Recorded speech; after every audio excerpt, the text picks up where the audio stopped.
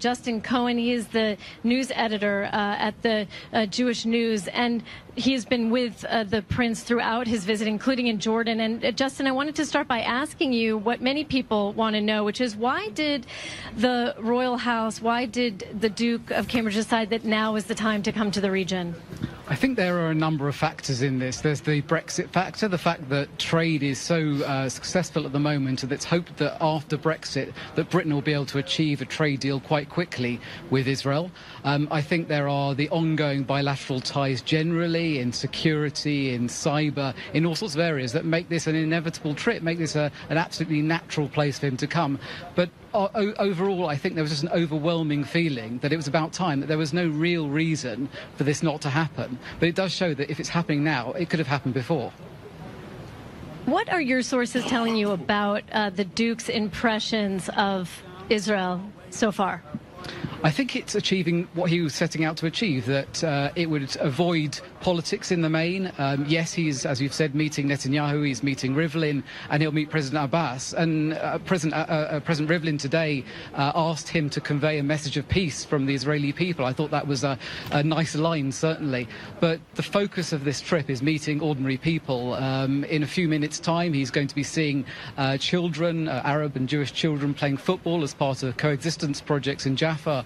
An amazing initiative which is part funded by the British Embassy and also by the charity UJIA. And these kind of interactions to see what is the real Israel, the Israel that many people don't normally see, is what this trip's all about. And what is the moments that you're looking forward to coming up over the next 2 days to report on? I think the garden party that the British ambassador is hosting this evening, with the great and good of both Israeli society and British society, will be an important moment. He'll make a speech there, and we'll have to see what he has to say. I suspect he'll be very careful with his words. And then later on the visit, the Ramallah leg will be interesting to see how that compares to Israel. I'm sure people will be measuring the exact number of minutes he spends in Ramallah versus the number of minutes he spends in Israel. That's the kind of scrutiny this visit has. And then the final day, really, when he's visiting the three sites, the Temple Mount, the Church of the Holy Sepulchre, and the Kotel, for the Jewish community in Britain, that last visit to the Kotel will be full of symbolism, and that picture will be, received with great delight.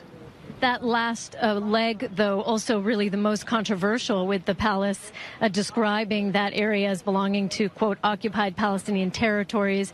That, drew a lot of criticism on the Israeli side, but Kensington Palace is not backing down. No, I don't actually think it has drawn a huge amount of criticism. I think actually Prince William and the royal household, considering this was such an important visit to everyone, I think the Israelis have behaved quite well. We haven't heard anything from the government. Yes, we've heard from Zev Elkin, who of course is campaigning to be mayor of Jerusalem, and so I'm sure he was hoping to gain a bit of political capital. But I think actually both sides, at the highest of levels, are remaining quite tight-lipped on this, and they're certainly behaving themselves in the way that I think if other people, ministerial visits, had clearly labelled that area as OPTs, I think that could have caused a bit more of a stir.